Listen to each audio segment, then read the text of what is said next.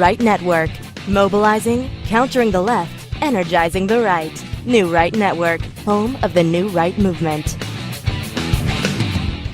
Good evening, everybody. Welcome to New Right Network tonight. Your host, Brian Smith and Gary Smith, giving you all the late breaking news of the day, wrapping it all up, making sense of it, exposing the fake news and giving you the real news.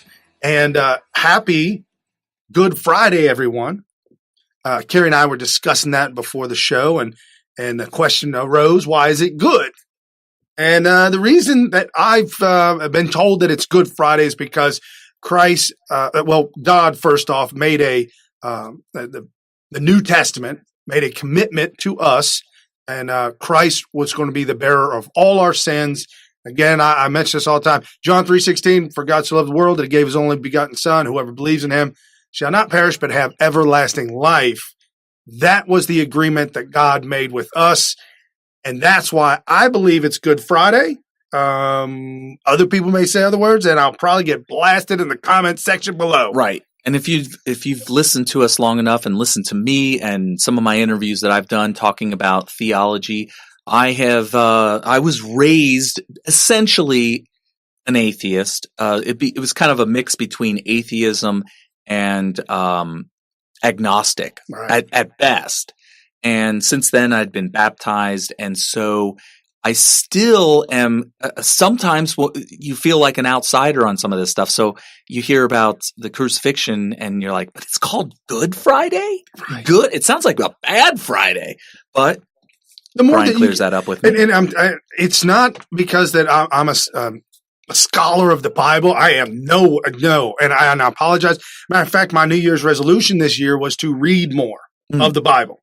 I'm still working on that, but I've got a phenomenal pastor that just lays things out in a way. Oh, he's great. He's great. Is understandable, and not only that, he'll use historical facts that are written in the secular world, if you will, historical facts of things that we study in our history books, and he'll say, yes, that aligns exactly with the Bible right here.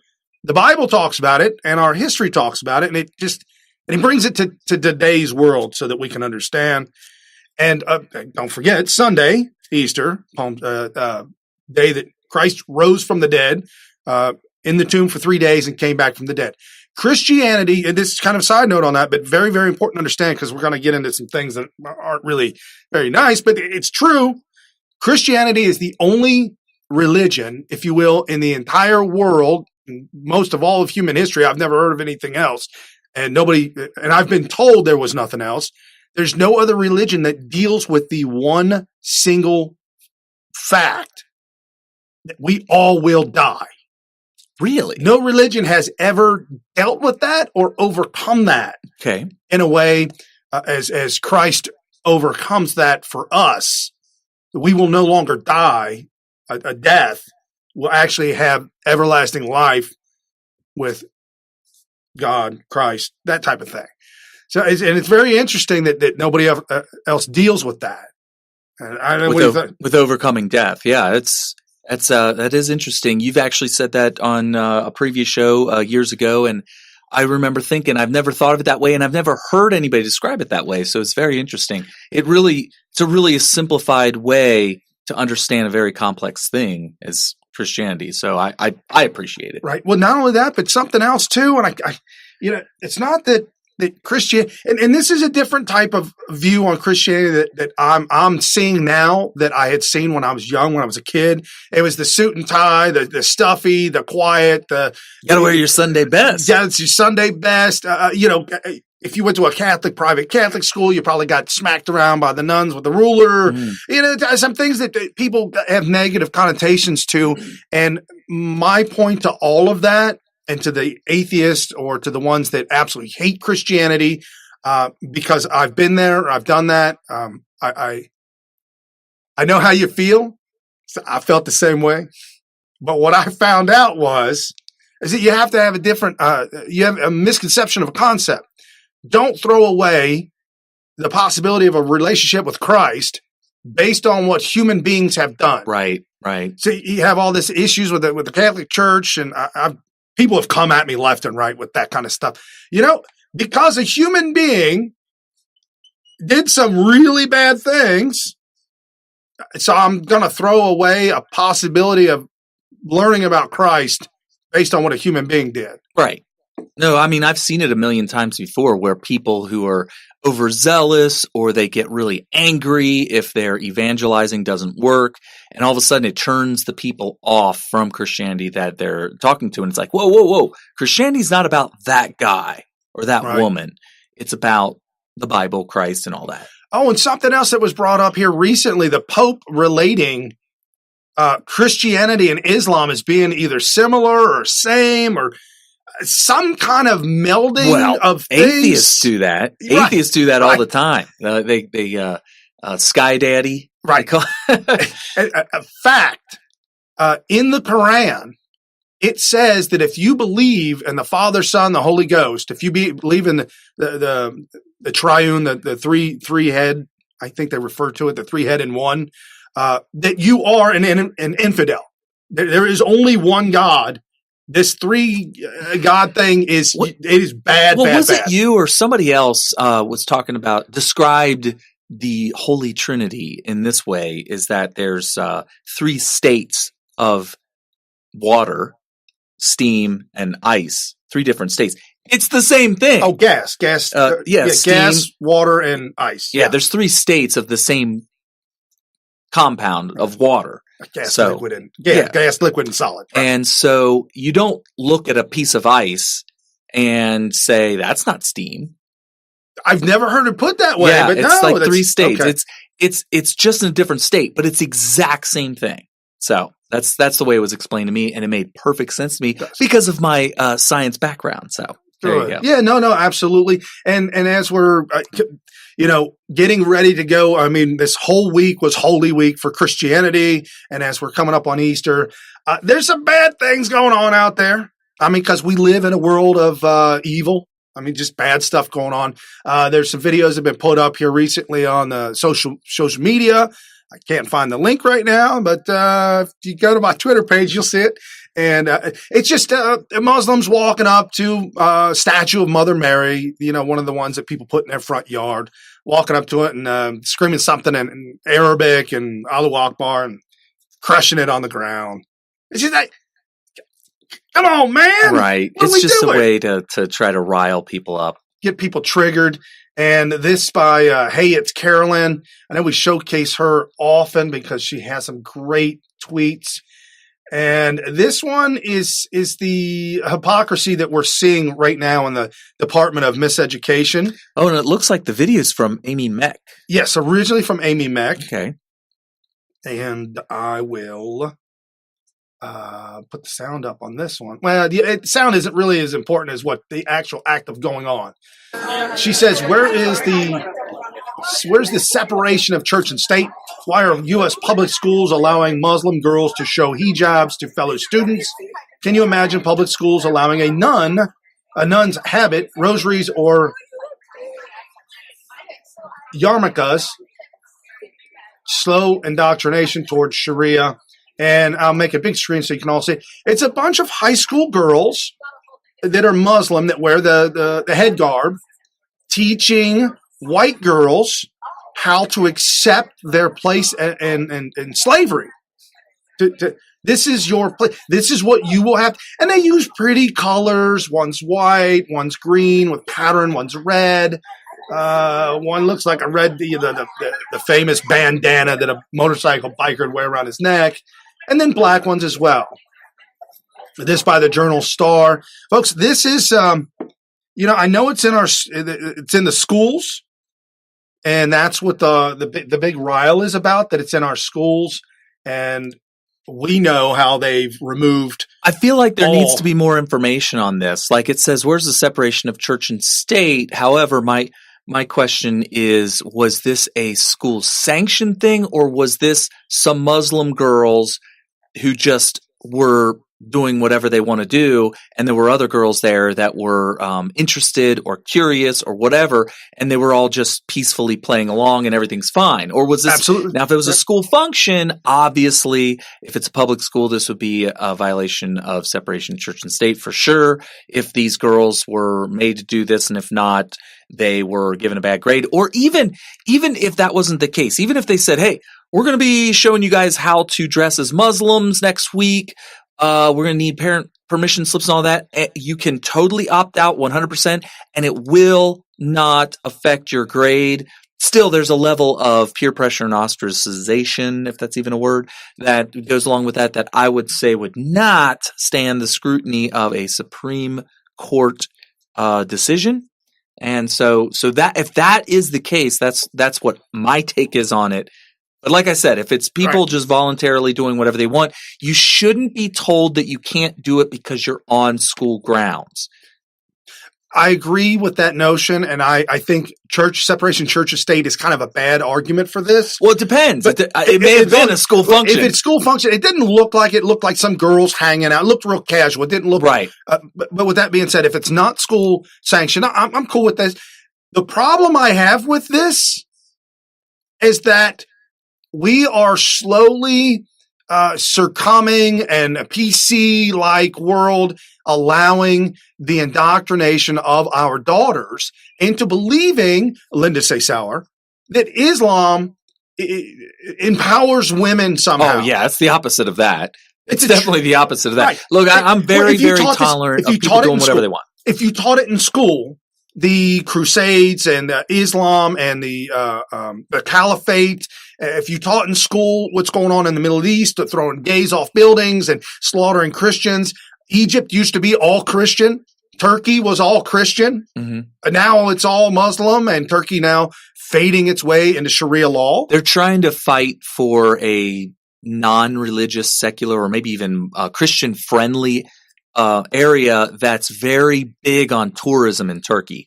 And I haven't been there, but I have some friends that have been there, and I remember saying, "Whoa, you're going to Turkey, you better be very, very careful." And they're like, "Oh, no, there's this one area, very touristy. They want the tourism, they want that money, so they keep that area really friendly." It's a small area. How long ago was this?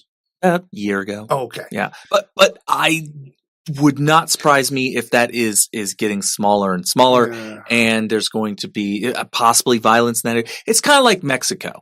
So if you go near the border, you're really, really asking for trouble with the cartels. Or Tijuana.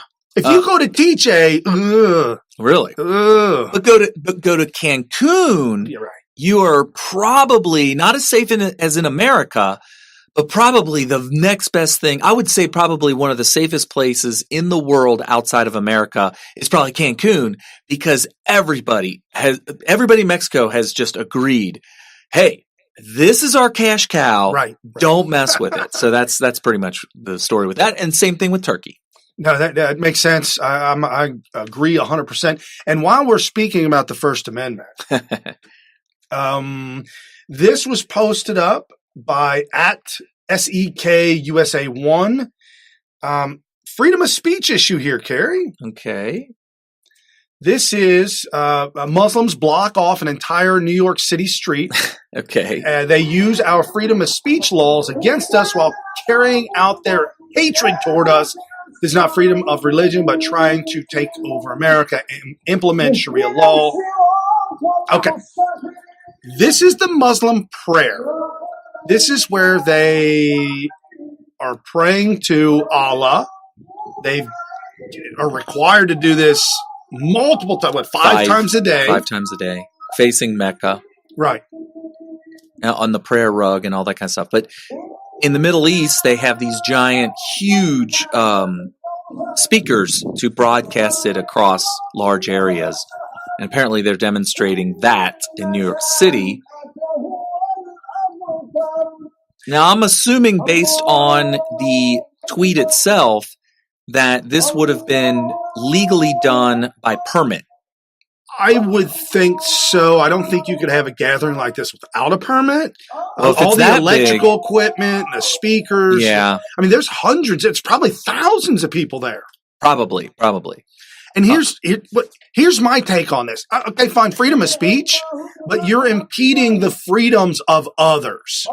So there's a level. Freedom of speech doesn't mean you're allowed to come up to me with a bullhorn and start screaming in my ear to actually damage me and somehow. Yeah, I'm actually shocked that kind of stuff, that's unrelated to this video, but I'm kind of surprised that stuff is not deemed assault, because assault injures you. And certainly you're injuring somebody by blasting a bullhorn or blowing the whistle. You've seen that before. It would take an enormous amount of restraint for me to not retaliate on the whistle. Oh, you and I have personally talked about this. Yeah, an enormous amount of restraint for me to not assaulting kind, I guess. But in retaliation, right. It would definitely be self-defense, without a doubt. Yeah, I mean, I have the right to defend my hearing from somebody who is intentionally trying to do permanent damage to it.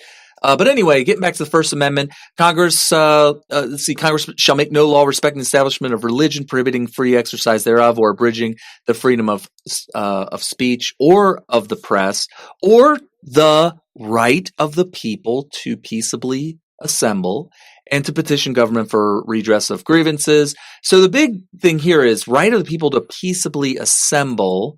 Now, in general, especially in largely populated areas, you'd have to get a permit in advance because, anytime you start doing stuff like large assemblies, you then take away from the rights and freedoms of other people because they might want to pass through there or whatever. Well, the right to life, the March in D.C. I mean, you've got what? Oh, the whole thing's just shut down. Hundreds of thousands, for that. Yeah. Millions of people show up. Right. And the thing about D.C. is it's a place where people go and peaceably assemble in large numbers. And so they know what to expect. They know that on any given weekend, any time of the year, you're probably not going to just be driving through the downtown area of DC because these demonstrations happen. New York City, if you jump in a cabbie is probably going to be like, what is going on here? Like freaking out. So that, there comes a point where there's a better way to peaceably assemble than to just annoy the hell out of people. Right. And my other issue about this is that it's normalizing the culture of Islam. To normalize the culture of Islam and allow it to go ahead and flourish and do what it does, we see how that ends. Just like socialism, communism. Look at Venezuela. Look at the USSR. Look how that ended. Look at Greece or even Cuba. Look how those ended. Now let's look at Turkey. Let's look at Egypt. Let's look at all of the Middle East where Christianity flourished. Where does it flourish now? One small little tiny place called Israel. Mm-hmm. And everywhere around it for hundreds and hundreds of miles, maybe thousands of miles, nothing but Islam dominated slavery to women and to men. I make this point because as a man, if you do not do and keep your wife in line, you're in trouble too. So you're beholden to the laws and the upbringings, the beatings and the things that you got to do to keep your woman in line. And that's Islam? Yes. Oh my goodness. Wow. Yeah. And it's ridiculous. It's totally preposterous to say that somehow that a woman deciding to go into Islam is now the decision for her to do that is obviously her last empowering decision to make. It's like the women who go to the Middle East to walk through the Middle East to show that it's a happy place to be. Oh yeah, that ended so badly. That was probably the most disturbing video I've ever seen in my life.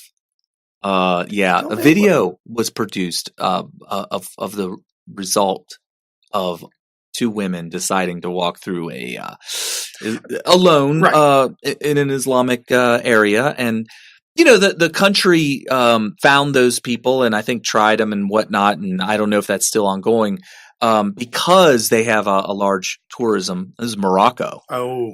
They have a large tourism industry that is obviously going to be affected. I'm going to tell you right now, you ain't finding me there. No. And you're not going to find anybody I love going there without a long lecture by me history lesson. Warning them. Yeah, warning them. You got to warn them. And Paul Joseph Watson has done many, many videos on this. One video he took and he did his compilation, the best of, if you will, which is not really the best of, the couples, the husbands and wives from Europe who go to on vacation to bike through the Middle East, travel through the Middle East, and he shows the end results of every single one of those. The wife usually beaten and raped, and the man usually beaten and killed as well. Both of them, neither one of them come back alive. It's the culture that they live in. If you do not do what they say in their culture, that's it for you.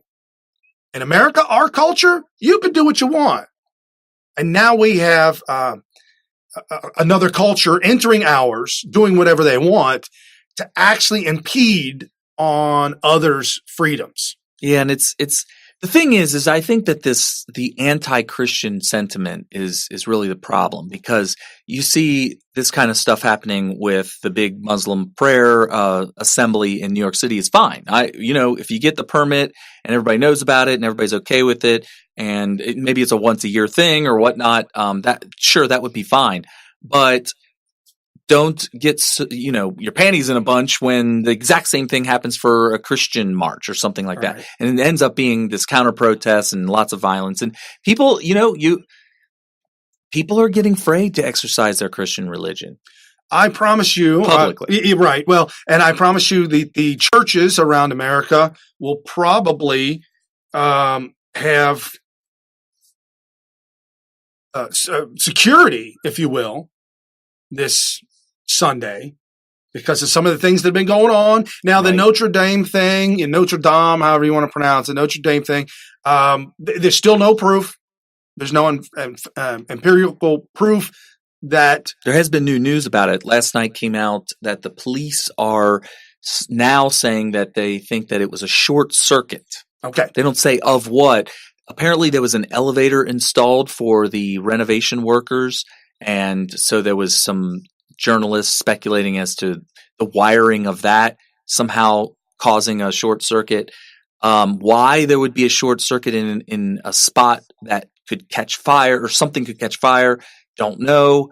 It's weird. I know that I've heard reports that electricity is not allowed anywhere near a lot of the church or prior to the fire.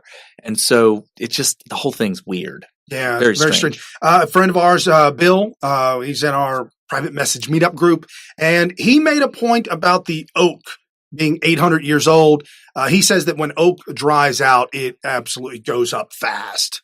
So he's under the guise that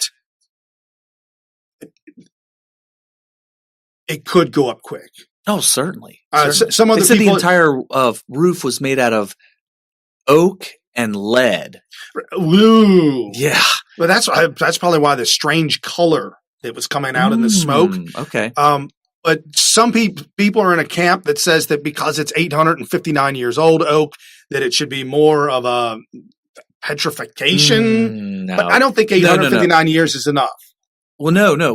Wood, here's a little science for you. Wood doesn't automatically become petrified. It has to have very, very specific conditions, which is why, the Petrified Forest National Park, whatever, is only in one location in the United States out west. You have to be covered in water and a certain amount of sediment. And what happens over the thousands and thousands of years is that the wood fibers get replaced by the minerals. And that's what makes it turn to stone. The wood doesn't turn to stone. It actually gets replaced by stone. And so it being up in a roof would never have happened. Yeah. It wouldn't become petrified. Okay, so and again, security, probably heightened security around America with Christian churches. And this Sunday, this was news yesterday that not many people talked about, because yesterday was Mueller. Mueller all day, all night. It still actually was going throughout the night. CNN on fire, MSNBC on fire. And this was breaking. A man taken into custody by a New York Police Department after walking into St. Patrick's Cathedral in Manhattan with 2 gas cans and some lighters. Suspicious. Okay. This is just a still video. Well, it's a video of the cops out front of the cathedral. And the news is reporting that the man seemed emotionally disturbed. They're not ruling out terrorism at this time, according to NBC News. Yikes. St. Patrick's Cathedral is another old one, very old. I know it goes back a couple hundred years, I think. Not as old as I think it's the Trinity Church. Right. Right there by Wall Street. Okay. Which is, I think was built in the 1600s. Yeah. Wow. Yeah, there's a very old one there. And I remember looking at it like, this looks old. And then there's a plaque or whatever that says when it was built. It's like 1699, I think. So there are some old churches in America. And just to give everybody a heads up that the people in the UK and the people in the Frenchies, and I'm making this case to other people that are like, hey, Brian, why are you guys so upset about the Notre Dame thing? Come on, man. I'm like, well, here's what's happened because of that. News is coming out about all the other stuff that's been going down. Okay. Like the black churches getting burnt down? Yes.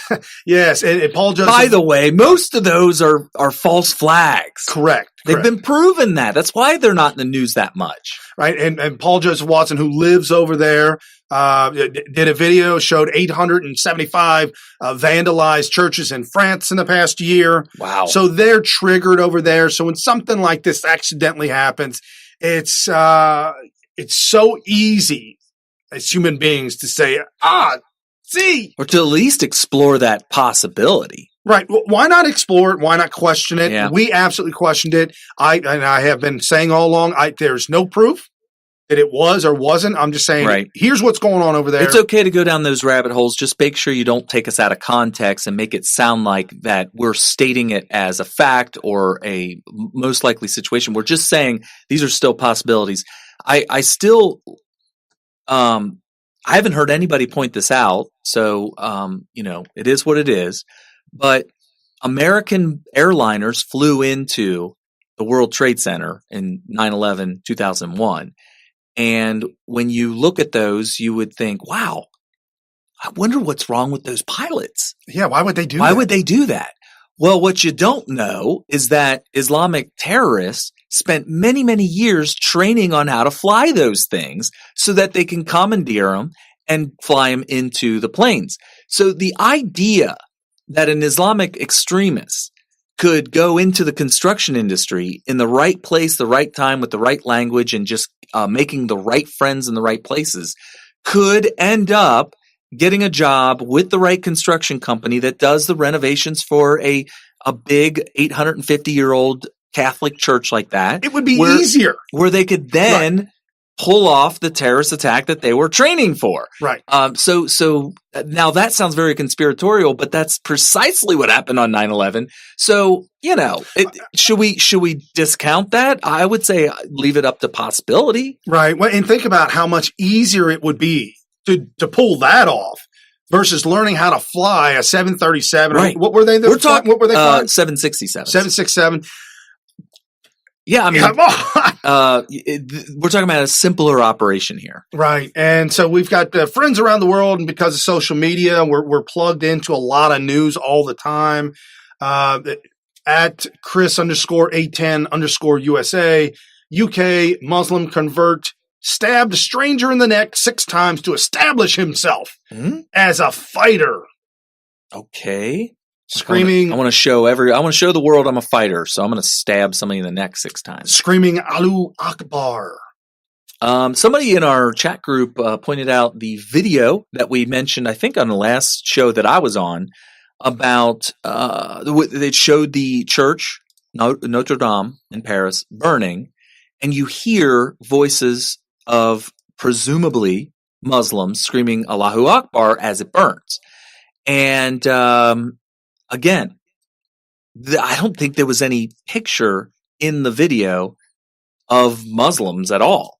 So to dub in that audio would have been incredibly easy. I have no skills, but I know how to use iMovie. I could do it on iMovie really like easily. Yeah. I'm not a carpe dunkum over here or anything like that. I'm not putting together animations or anything like that. I'm not working in Hollywood. It would take me as long as it would take to find the format sound it. clip. Find the sound clip. That's all you need to do is find the sound and format it, upload it, and it's done. Right. And people would believe it. Trust me. It is easy. Yeah, I've inadvertently done stuff like, put something together and threw it out there, not thinking that people would take it seriously, and they did. And it's like, I was throwing out a joke there. Yeah. So it happens. It happens. And it's not. See, certain things are very believable. Something like that is extremely believable. So to take advantage of people's, confirmation bias. Right. There you go. Confirmation bias. And as we shift gears, speaking of bias, oh my goodness, this whole Mueller thing is on its second leg of implosion. Nobody on the left is believing it, wanting to believe it. A lot of bad things being said about Bill Barr. However, don't believe them. We've got some good news that's coming out about this. And Donald Trump making victory lap after victory lap, if you will, over the night and throughout the day. This video posted up for us at Tiger Let's Roll. This is Donald Trump speaking about the attempted coup. This was an attempted coup. This was an attempted takedown of a president. And we beat them. We beat them. So the Mueller report, when they talk about obstruction, we fight back. And you know why we fight back? Because I knew how illegal this whole thing was. It was a scam. And what I'm most interested in, is getting started. Hopefully the Attorney General, he mentioned it yesterday, he's doing a great job getting started on going back to the origins of exactly where this all started. Because this was an illegal witch hunt. And everybody...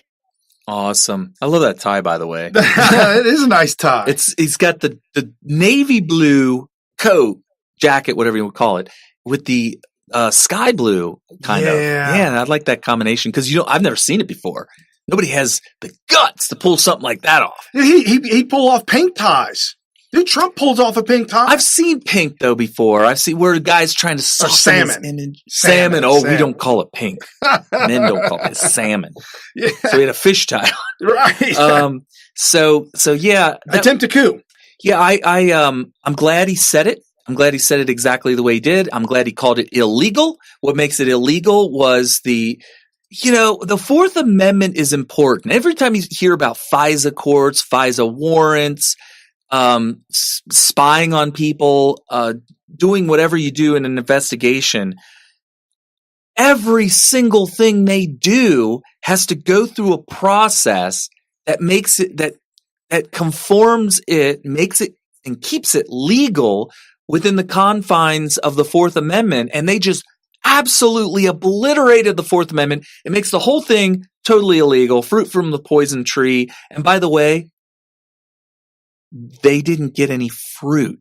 Oh, no. So there was nothing gathered. They didn't gather anything up. Not only is it fruit from the poison tree, it's actually just poison from the poison tree. They didn't get nothing. Right. It's a bunch of lies and a big fat nothing burger. So I hope that he goes through that. I'm really glad. Back when Brian first started calling it a coup, and largely because I'm going to have to give this guy credit, Bill Still was the first one to look right dead in that camera and say, this is a coup. There were other people that may have speculated before Bill Still finally committed to it. Well, yeah, he committed. He would say, I'm still reporting on the coup. Yeah. Oh my gosh. He would start no matter what it was. That's what his opening line was. So Bill Still deserves a lot of credit because he committed to it. It's one thing to say, hey, this kind of looks like a coup, but for him to commit to it the way he did, I just have a lot of commendation for him for that. But Brian started picking up and we were playing clips from Bill Still. And I remember thinking, okay, we're committing now. Yeah, we're committing to the coup. We're committing now. Yeah. So if this is really a coup, pat us on the back. If not, it'll look a little dumb. But you know what? Bam. It's a coup. Absolutely. Now everybody's on board. The books have been written by everybody. This was over a year ago, like a year and a half that they were talking about this. They're saying all the early. they're saying all the way back to where A little bit after the inauguration. Obama is on clip. I had a video clip of him. Obama in late 2016, before the election, was making comments about Trump working with Russia. Oh, yeah. I mean, it goes all the way back to November of 2016. Some say summer of 2016, but whatever was happening prior to November of 2016, this would have been after the election, was and there were a couple of rumblings about Russia this, Russia that. And we blew it off. Everybody did. This is dumb. This is even just the left did. Right. The left was blowing it off. I mean, they made a stink about him saying, "Hey, if you're Russia, if you're listening, need those emails. We 30,000 emails. We need them. If you could get them." Obviously joking about that, and they made a stink about him saying that. But they didn't really hone in and really beat it to death because they knew it was a joke.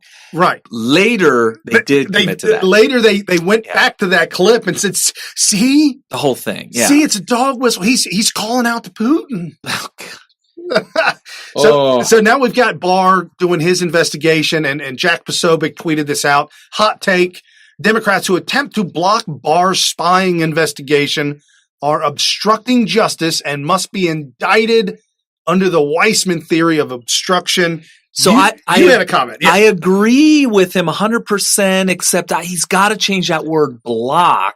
Democrats who block Barr spying, there was no blocking by the right. If there was blocking, I think a legitimate argument for obstruction could be made. So I would have preferred that he used the phrase showing displeasure.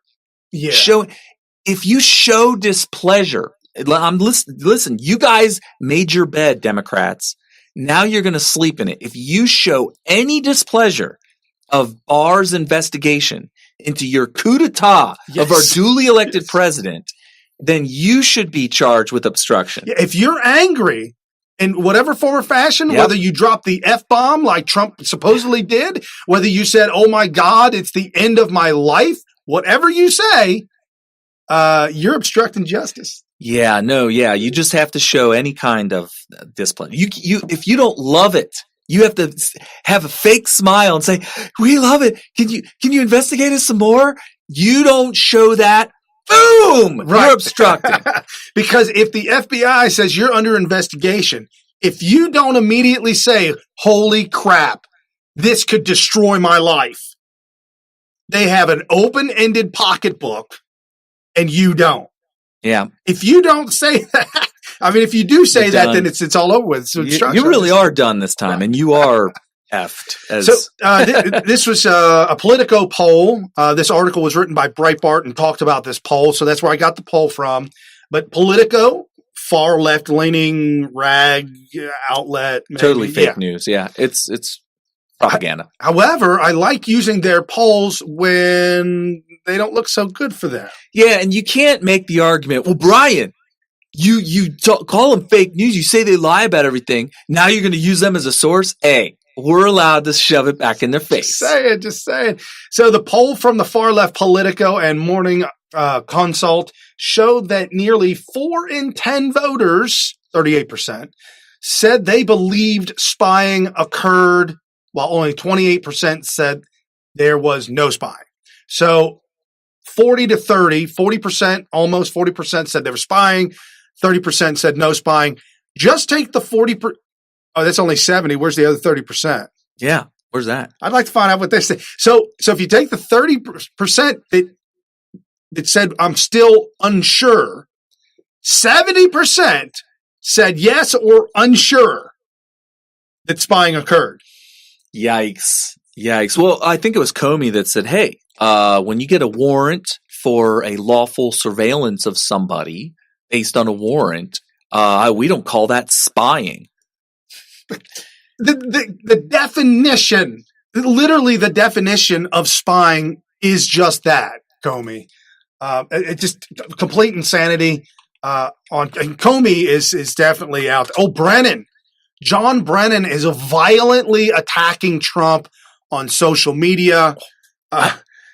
Not to cut you off and go backwards. Yeah, I was just filler space. But the definition of spy is to work for a government or other organization by secretly collecting information about enemies or competitors, or to observe someone furtively, discern or make out, especially make careful observation. So how is this not spying? Cohen was spied upon for many months until he was served. Till his place was raided. So they were spying on him the whole time until his place was raided. Now, I'm not making defense of Cohen. I speak about that. Cohen said, and I forgot to say this yesterday, Cohen said that he's going to fill in the blanks of the Mueller report. All the redacted portions, he's going to fill that in for everybody. Wouldn't that be illegal? If he was privy to it. Well, he's going to prison anyway. He may be able to avoid prison. This is almost going to seal the deal for him. Right. Well, he also, because the Mueller report shows that Cohen lied even more. I cannot figure out what their rationale is that unredacting the report. I'm still on board with this idea that the reason they asked for the full report was because they knew they weren't going to be able to get it. And once they were denied the full report, that would be their narrative going forward that, hey, what you're not seeing in this report is X, Y, and Z, which prove that he was obstructing justice or whatever, and that Barr is lying. Please vote for Democrats. That was going to be the narrative. So Barr was like, okay, here's your report.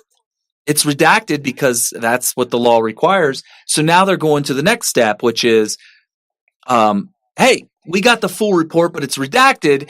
Every time you see that black mark over a line, that is the proof that there was collusion with Russia. That's the proof. And that was going to be their narrative going forward. If they get this thing unredacted, and I could see Comey, it's Mad Libs. Yeah. It's Mad Libs. Oh, so somebody is already, Nadler. Nadler's already filed for the full unredacted. Yes. It's already been filed. He subpoenaed the full thing unredacted. I don't know how that could go through, but let's just see if it does. See if that holds up, and it does. I don't really care because I haven't been much of an expert on Russian collusion because back in 2016 we had already made up our minds that it was just a bunch of hogwash. Right. So we're not following it because our whole thing when we do the show Smith TV, we go and try to find the facts for you guys. We found the facts on the Russian collusion thing. Been found. We were done. It was like another reason why I got out of the Las Vegas things. A lot of people forget the Las Vegas shooting. I was the lead on that from day 2. On day 2 after the shooting, I was on Scopes talking all about that. And we got to a point where I was pretty much 100% convinced we're talking about one shooter. Right. I left open the possibility that some evidence might come out that would prove that there is a second shooter. And I wasn't 110% convinced that it was proven to be one shooter, but all evidence showed one shooter. So my point is that once I came to the conclusion, it's time to move on. We moved on from Russian collusion. Right. And so there are other people that became experts in it. And so there you go. So Dan Scavino, the White House social media guy. Yeah. Mm-hmm. He tweeted this out. Nadler 2019 versus Nadler 1998. I did not see this. This is going to be interesting. And then I got it because I don't get Donald Trump's tweets anymore. I literally wake up in the morning. He's shadow banned. And I go to his account on purpose to retweet every single thing Trump tweets out. And so you don't get any of those notifications? No. I did for a brief period, but Twitter stopped doing that for me. I only get them now because people I follow retweet. And that's the game. That's the name of the game right now is for all of us to go through his timeline and retweet everything. Yeah, it's important. There's definitely an algorithm that prevents his tweets or anybody who's subject to these algorithms from having anything go very viral. Right, absolutely. So this is the White House social media guy. Jerry Nadler. Before and after, I'll say before when it's the older one, and I'll say after when it's the newer one. And it starts out with him after. We are demanding, and we have a right, Congress has a right to the entire report with no redactions whatsoever. Much of this After. material is Federal Rule 6E material, that is material that by law, unless contravened by vote of the House, must be kept secret. We're entitled to see After. it because Congress represents the nation, and Congress has to take action on any of it. So we're entitled to see all of it. The entire Judiciary Committee is going to see it to decide what must be kept confidential as protecting privacy of third parties. That means 50 people are going to see it. It's going to leak out. And those privacy rights are going to be violated. And that is ensured by this resolution. He has said he will redact 4 classifications of information. Right. Our position is that he should redact none of it. It represents statements which may or may not be true by various witnesses, salacious material, all kinds of material. Other than him losing about 150 pounds, I think I was shocked that was the same person. But good for him. Yeah, I'm trying to lose weight myself. Yep, no, definitely. But he also lost his mind. Well, it just shows that when you hear these people talk and they're giving you their opinion based on whatever it is they're basing it on, it could be law, it could be some other fact out there that you don't know about or that he wants you to think that he knows about. Turns out they're all just telling you what they want you to believe. And Right. Here you go. Back then, by the way, for those of you that need more context on that back and forth, he was referring back in 1998 to redacting the Kenneth Starr investigation of President Clinton, Bill Clinton at the time, and comparing it to this investigation into our current president, Trump. Now, why would he do that for Clinton? Because he wanted to cover. No, he's following the law. But honestly, the law was in his favor at the time. So go all in on the law when it's in your favor. When the law's not in your favor, go all out of the law. Sort of. He was actually going against the law in both situations. The law they were trying to write a resolution to release it. Yeah, well, the law that exists today that protects the innocents in the grand jury stuff. That's the stuff that's redacted. There was no law in place to protect that back in 1998, which is why the full Kenneth Starr investigation came out. And they subsequently made a law to protect it because of the Kenneth Starr situation. And now they're trying to circumvent that. So in both cases, this guy is just on the wrong side of everything. And it gets even worse as people start to melt down over this thing. We've got our good friend at Trump 454545. She said she wanted to make sure you knew she's 45 president. Okay. So how can this dingbat, AOC, sign a letter of impeachment when she doesn't even understand what it means? Interviewer, what are the impeachable offenses? AOC, you guys just hear this. In a bag and pull so many things out that are impeachable of this president. Really? I support impeaching this president. 2 and 3? 2 and 3. Second and third thing to impeach 2 would be tax fraud. What? And number 3,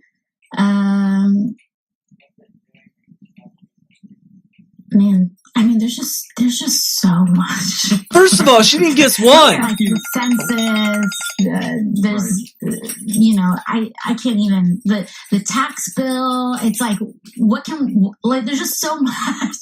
The tax, there's so much, Carrie.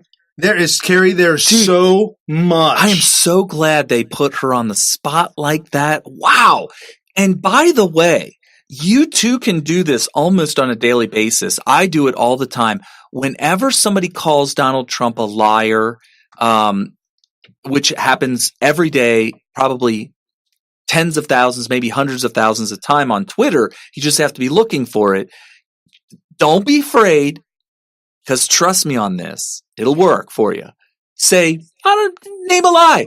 Can you name one? Just give me one. Get one or two. And you got to understand, defining a a lie. No, he lies all the time. Defining a lie, knowingly deceiving someone and saying something or doing something knowing that it's wrong. And that's a lie. If they're really, really in tune to this stuff and their narrative, they might actually have something that could be construed as a lie that's really minor and everything like that. If that happens, which by the way, that would be very rare if that happens, call them out on how insignificant it is, because it is very insignificant. But most likely they'll completely ignore you, or they'll give you a totally made up debunked lie, totally debunked. True. And then that's when you can just totally make a fool out of them. And you saw that with AOC right here. That was really embarrassing. Not only that, Really. but you're seeing it with baby Brian Stelter. Oh gosh. He's calling out good journalism, I guess, nowadays. I don't understand, but here's Brian Stelter and CNN. And the other thing, I'm sorry, Brian Stelter tweeted this out of CNN host speaking about the Mueller report and their reporting of it. Shimon Pro is the guy speaking. and the other thing this report did is that it really corroborated a lot of the good journalism that was done True. in this Smith entire. TV. You know, he went after all of us every single day. The New York Times, Washington Post, What? CNN. No, they and when you go lied. back and you look at this report and you're like, all Right. these stories that were fake news. Well, Mueller They were showed fake! that this was actually going on. No, it wasn't. Hold on, and for those It verifies that when we called WAPO and New York Times and CNN fake news and the Daily Beast, we were right. right, for those of you video or audio only, I'm sorry that the individuals are having a good time with the video portion. Somebody retweeted to this from the movie Airplane, Leslie Nielsen's, and the pilot saying, "Are you serious? You can't be serious." It's just, I'm serious, and don't call me Shirley. Right. Oh my gosh. This is painful for them. They're losing the big losses and numbers with Rachel Maddow. Huge losses. CNN, huge losses in general. People that were gaslit at first. I was going to say it. I was waiting. I was like, is Brian going to say it? Gaslight. That video was, I mean, almost on a daily basis, Smith TV is bringing you great examples of gaslighting on CNN and these places, but that has to be one of the most glaring examples of gaslighting. For those of you, should I give them the real quick no, absolutely. crash course on gaslighting? There's a movie that came out, I think, in the 50s, black and white. It had 1943. 43. Oh my gosh, that's a long time ago. Angela Lansbury was in it, black and white. She was 18 years old. So that right there interested me in watching. Like, wow, I remember her from Murder, She Wrote, and all that kind of stuff. But anyway, it's a movie about a woman who has been driven insane by her husband or boyfriend or something like that, by constantly getting her to question her own memory and her own sanity by telling her falsehoods as if they were true, which are opposite of what she remembers. And then she starts to question because she trusts him. Right. And she's telling him stuff like, oh, I did this for you. Don't you remember, where are those, he gave her earrings and he said, I'm going to put these in your purse for you. And she then goes and looks for the earrings, not realizing that he just put his hand in. And when he pulled his hand out, he pulled the earrings out with him. Later on, she couldn't find the earrings. She had to go cry to him that she lost them. And she then asked if he's sure that he put them in the handbag. And he goes, you saw me do it. You saw me. See, you're doing. See, you're all the time. You're losing it. So basically, gaslighting is telling you a falsehood as if it's true, as if they're trying to remind you. Like, you remember all that reporting that we did in CNN and the Washington Post and New York Times. You remember all those stories about Russian collusion, and now. The Mueller report that there's no way you're going to read, but we'll tell you what's in it, verifies that we were right the whole time. This is classic gaslighting. For Mueller I said it yesterday, for Mueller to hand off the entire thing and not rule on purposely, he did this, not rule on obstruction on purpose to force Barr, because he's got to wrap it all up, to rule on obstruction, left a window of out. Mueller did it on purpose. Yeah. He's part of the gaslighting crew. Yeah, they want to be able and there's nothing illegal about that. No. It just gives the opposition, because the whole thing was Oppo research, and it was not just research, but the whole thing was a part of the plan to be opposition in 2020. But it gave them an opportunity to say, damn it, that Barr is a liar. Right. It did not exonerate him, and now he's just making it up. Right. And this Breitbart News, Chris Cuomo, I'm not going to let people say that CNN establishment media created the false narrative around Russia. More gaslighting? Look how upset. Oh, yeah. And then he goes to his crazy guy on the side. This is insanity, folks. Oh, gosh. I appreciate it. All right. So everybody's processing this in real time. Some of us do it more quickly than others. One of those who does it quickly is CNN's Chris Cillizza. So you hear what the state of play is going to be. I'm not going to let people say that CNN or the media or whatever have been creating a false narrative. Yep. This report is plenty of proof that the questions that have been asked repeatedly were legit and that the answers we're getting consistently were not, especially once you get past the line of, hey, are you a felon? Once you move past that, the things they did, the meetings they had, the explanations they gave were wrong consistently. What are your takeaways? All right, Chris, let me run through my takeaways, but one other point that I want to make too. The reporting was almost in every case correct. Read the Mueller report. All that reporting we and a lot of other outlets did had it nailed. Okay, but let me run through these. Okay, hold on. He's going to hit it nailed. But I don't want you to think about it too much. Don't think about it too much. I got to slow it down for you. I have to do this. He's going to say some things, and we got to be quick because we're almost out of time. He's going to say some things, and then we've got to respond to it really, really quick. I'll hit the pause. Okay, here's going to say real quick. I'm going to do these quick. Bill Barr did a lot of heavy lifting for Trump. Look, you and Attorney General Cuccinelli went through this. Barr did everything Trump would have wanted him to do at the press conference. Sometimes it sounded like he was quoting Trump verbatim. Okay, let's go to the next one. Well, I mean, he did his job, I guess. I mean, he quoted Trump verbatim. Come on, problem with that? And if there, whatever that is ridiculous. Yeah, it's a non-argument. Explain. So this, you talked about this with Attorney General Cuccinelli. It's not about that the Trump campaign thought they would benefit and that the Russians thought that Trump would be a better president. That's in the Mueller report for them. That's in the Mueller report. It's there was not an express agreement for that to happen. Okay, let's keep going. What? An expressed agreement that Russia wanted Trump and that Trump wanted Russia. Expressed agreement. Because Trump called out and said, Russia, please go look for her emails. And so Russia did. It's in the report, Terry. It's in the report. Yeah, that is so wrong. Trump was even more involved in the investigation response. People know. Look, go to CNN.com, read my takeaways on this. There is a laundry list of things that Trump did, from telling Jeff Sessions that he'd be a quote-unquote hero if he unrecused himself. Let's keep. Okay, so he's moving right fastest real quick. I did this all last night on yesterday's show. All the things that Trump did that they thought was possible obstruction was legitimately allowed to do. He was allowed to talk to the guy he appointed Attorney General and said, get your AWS back up in here and do your job, fool. Okay. I mean, and there's nothing illegal about that and nothing even unethical about that, really. I need you to get my back. You need to get up in here and do your job. Right. There's nothing wrong with that. Mueller didn't exonerate Trump on obstruction because he couldn't. Whatever. Hold on a second. He also hold on a second. Barr exonerated him on obstruction because he could. So the idea that Mueller didn't because he couldn't is just an outright lie. This guy right here, I don't even remember what his name is. Sizzle is a bold-faced liar. They just lied to you right there. Doesn't say Trump didn't commit obstruction. That's important. Okay, now he covered his butt by saying he couldn't because he couldn't find obstruction of justice, but didn't say obstruction of justice. Okay, so let's move on. Let's keep going.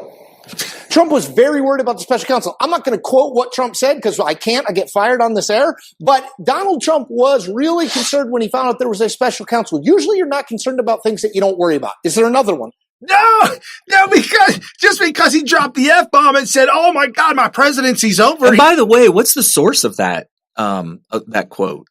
Where did they get that? They didn't have a recording of him saying it. It would have had to have been, and I'm sure Trump didn't tell him, yeah, I said that I'm effed. Even if he said that, he knew the coup was going on. Yeah. He knew that, Well, not only that, but I remember the lead up about 2 weeks before the special counsel was about to happen. They were still deciding on whether to have one. Rush Limbaugh had one of his most emotional freakouts on the air that I've ever heard, where he called it Oppo research for the Democrat Party. He said, if this happens, Donald Trump is effed. He didn't say that would be my closest Donald Trump is effed that Rush Limbaugh has ever said was his main show about the because we knew it was special counsel. Right. We knew it was crooked. The FBI was crooked. Right. The CIA was crooked. And now the FBI and CIA got their wish. Special counsel for a full-blown investigation and make it all up. Can't remember. The next fight will be on obstruction in Congress. That is where this is going to move. Even though Hoyer said no impeachment, I do think there will be a push to follow Mueller's lead and look into obstruction into Congress, particularly in the House. Back to you, Chris. Chris Cillizza, you're so smart you can't even keep up with your own ideas. I never know how many are in there. His own, by ideas, I mean lies. Your lies. Yeah. Flat out lies. And very, very dishonest. Guys, we are out of time and you're going to hate me for this, but there's some bombshell droppings that have been strewn all over the place. Oh, gosh. Splashed on the walls. Judicial watch. Oh, I got to play this one. Oh, you've got to hear this. We're going to go long for you, folks. This has got to get done. I'll start the show early so that we don't overstep on Wayne Dupree. Wayne Dupree. Yeah. This is Bill the Liar. What's his face? Yeah, Joyce, it's already been mentioned around here, though it would harken back to a conflict decades ago. We would not be surprised if some headline writer somewhere came up with Baghdad Bill Barr for what we saw today. I'm going to read you four. Baghdad Bill Barr. I wouldn't be Brian Williams. I'm sick of Bill Barr. Brian Williams. Oh, is he the one that lied about being under attack in Iraq or whatever? Yes. What a lie! How's this guy even on the air anymore? Well, he got fired and they brought him back. Oh my gosh, this guy is. Didn't we? A lot of people looked really hard into his whole career and determined that this guy's just a sociopath as far as honesty is concerned. Right. So now he's on MSNBC. And the big news, the big bombshells dropping on Friday. Judicial Watch just now received hundreds of thousands of new Clinton emails. One treasure trove was like 400 and some odd emails. Another one, 750 emails. Tons of classified information. Also, another bombshell Judicial Watch is dropping. Platte River Network. That was the company and the organization that was holding her emails to protect her. Chaffetz brought them in to testify. All three of them refused. They said, under advisement of my lawyer, I plead the fifth. And they kept saying it over and over and over and over. These guys had all the information. They literally had top secret information inside their office. Of Hillary Clinton, and then were told by their bosses to delete it all. I mean, is that their problem if they do that? I mean, no. No, I mean, you're right. I'm not saying they should go to jail. That's not what I'm saying. Yeah, but the fact that it happened proves that Clinton should go to jail. Right, and that this Platte River Network would probably be in trouble with their customers, if you will. Right. But they're not speaking and they're tight-lipped because of all of this. So with that being said, guys, this is a Friday, Good Friday at that. You're watching New Right Network tonight. Your host, Brian Smith and Carrie Smith, giving you all the breaking news of the day, wrapping it all up, making sense of it, exposing the fake news as we do, giving you the real news. And, man, just enjoy the weekend. Have an incredible Sunday with your family. Go to church. But that's okay. Even if you're that once-a-year churchgoer or twice-a-year churchgoer, there is nothing wrong with that. Because maybe one day you might say, hey, maybe I ought to go to church more often. We welcome it open arms. Good for your soul. Yeah, absolutely. All right, guys, we'll see you on Monday. See ya.